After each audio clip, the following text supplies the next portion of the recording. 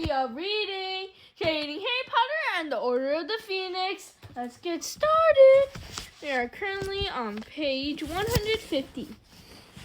As far as I am aware, however, Dumbledore continued, there is no law yet in place that says this court's job is to punish Harry for every bit of magic he has ever performed. He has been charged with a specific offense, and he has presented his defense. All he and I can do now is await your verdict. Dumbledore put his fingertips together again and said no more. Fudge glared at him, evidently incensed. Harry glanced sideways at Dumbledore, seeking reassurance. He was not at all sure that Dumbledore was right in telling the Wizengamot, in effect, that it was about time they made a decision.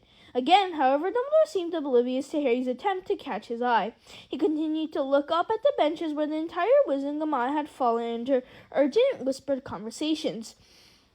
Harry looked at his feet. His heart, which seemed to have swollen to an unnatural size, was thumping loudly under his ribs. He had expected the hearing to last longer than this. He was not at all sure that he had made a good impression. He had not really said very much. He ought to have explained more fully about the Dementors, about how he had fallen over, about how both he and Dudley had nearly been kissed. Twice he looked up at Fudge and opened his mouth to speak, but his swollen head was now constricting his air passages, and both times he merely took a deep breath and looked back at his shoes. Then the whispering stopped. Harry wanted to look up at the judges, but found that it was really much easier to keep examining his laces. "Those in favor of clearing the witness of all charges," said Madame Bone's booming voice. Harry's head jerked upward. There were hands in the air, many of them, more than half. Breathing very fast, he tried to count, but before he could finish, Madame Bones had said, and those in favor of conviction? Fudge raised his hand. So did half a dozen others, including the witch on his right and the heavily mustached wizard and the frizzy-haired witch in the second row. Fudge glanced around at them all, looking as though there were something large stuck in his throat, then lowered his own hand. He took 2 deep breaths and then said, in a voice distorted by suppressed rage, very well. Cleared of all charges." Excellent, said Dumbledore briskly, springing to his feet, pulling out his wand, and causing the 2 chintz armchairs to vanish. "Well, I must be getting along. Good day to you all." And without looking once at Harry, he swept from the dungeon. Chapter 9. The Woes of Mrs. Weasley. Dumbledore's abrupt departure took Harry completely by surprise. He remained sitting where he was in the chain chair, struggling with his feeling of shock and relief. The Wizengamot were all getting to their feet, talking and gathering up their papers and packing them away. Harry stood up. Nobody seemed to be paying him the slightest bit of attention except to the toad-like witch on Fudge's right, who was now gazing down at him instead of Dumbledore. Ignoring her, he tried to catch Fudge's eye, or Madame Bones, wanting to ask whether he was free to go, but Fudge seemed quite determined not to notice Harry, and Madame Bones was busy with her briefcase, so he took a few tentative steps toward the exit, and when nobody called him back, broke into a very fast walk. He took the last few steps at a run, wrenched to open the door, and almost collided with Mr. Weasley, who was standing right outside, looking pale and apprehensive. Dumbledore didn't say, "Cleared," Harry said, pulling the door closed behind him, "of all charges." Beaming, Mr. Weasley seized Harry by the shoulders. "Harry, that's wonderful. Well, of course, they couldn't have found you guilty, not on evidence, but even so, I can't pretend I wasn't—" But Mr. Weasley broke off, because the courtroom door had just opened again. The Wizengamot were filing out. "Merlin's beard," said Mr. Weasley wonderingly, pulling Harry aside to let them all pass. "You were tried by the full court?" "I think so," said Harry quietly.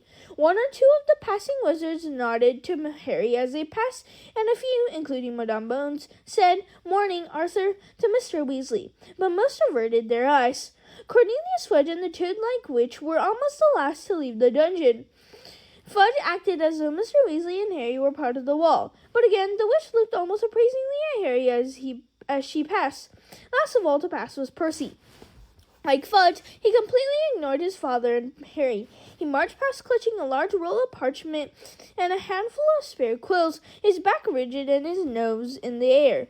The lines around Mr. Weasley's mouth tightened slightly, but other than this, he gave no sign that he had noticed his third son. I'm going to take you straight back so you can tell the others the good news, he said, beckoning Harry forward as Percy's heels disappeared up the stairs to the 9th level. I'll drop you off on the way to that toilet in Bethnal Green. Come on.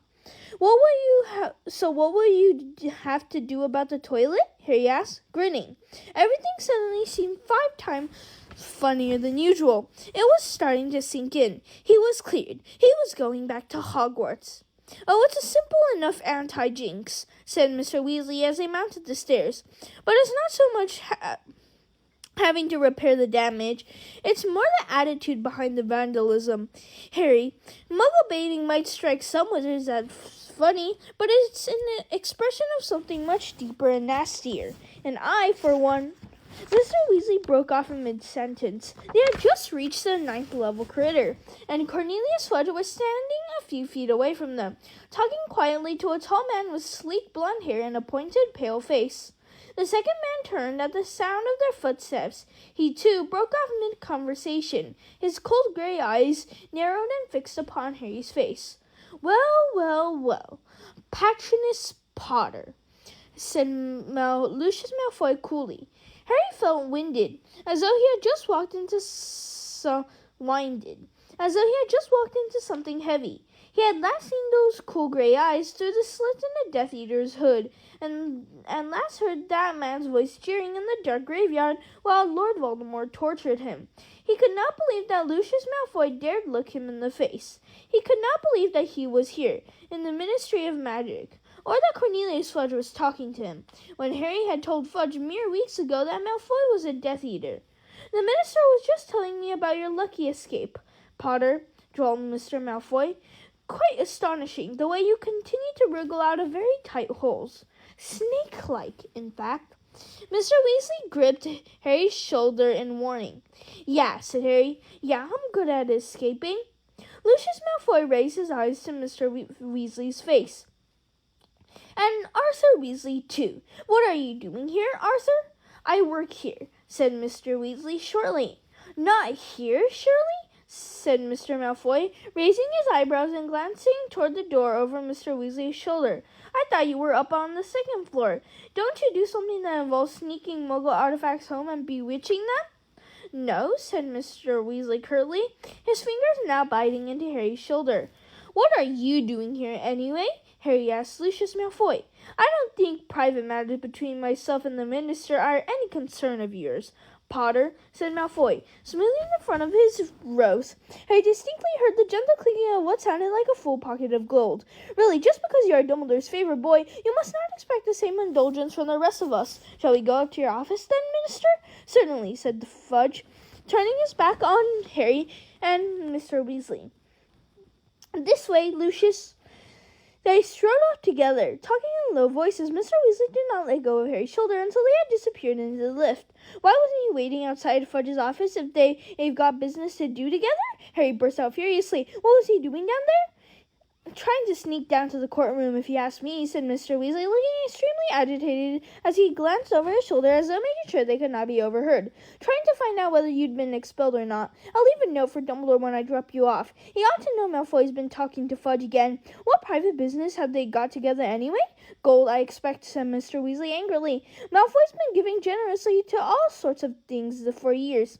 Gets him in the right people. Then he can ask favors. Delay laws he doesn't want passed.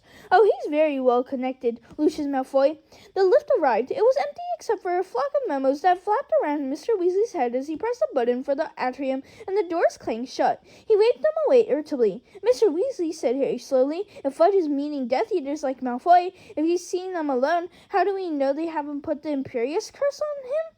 Don't think it hasn't occurred to us, Harry, muttered Mr. Weasley, but Dumbledore thinks Fudge is acting of his own accord at the moment, which, as Dumbledore says, is not a lot of comfort. Best not to talk about it anymore just now, Harry. Thank you, everyone. That's all for today. Bye. See you tomorrow. Tomorrow we're going to read page 156. Bookmark closed. Peace out.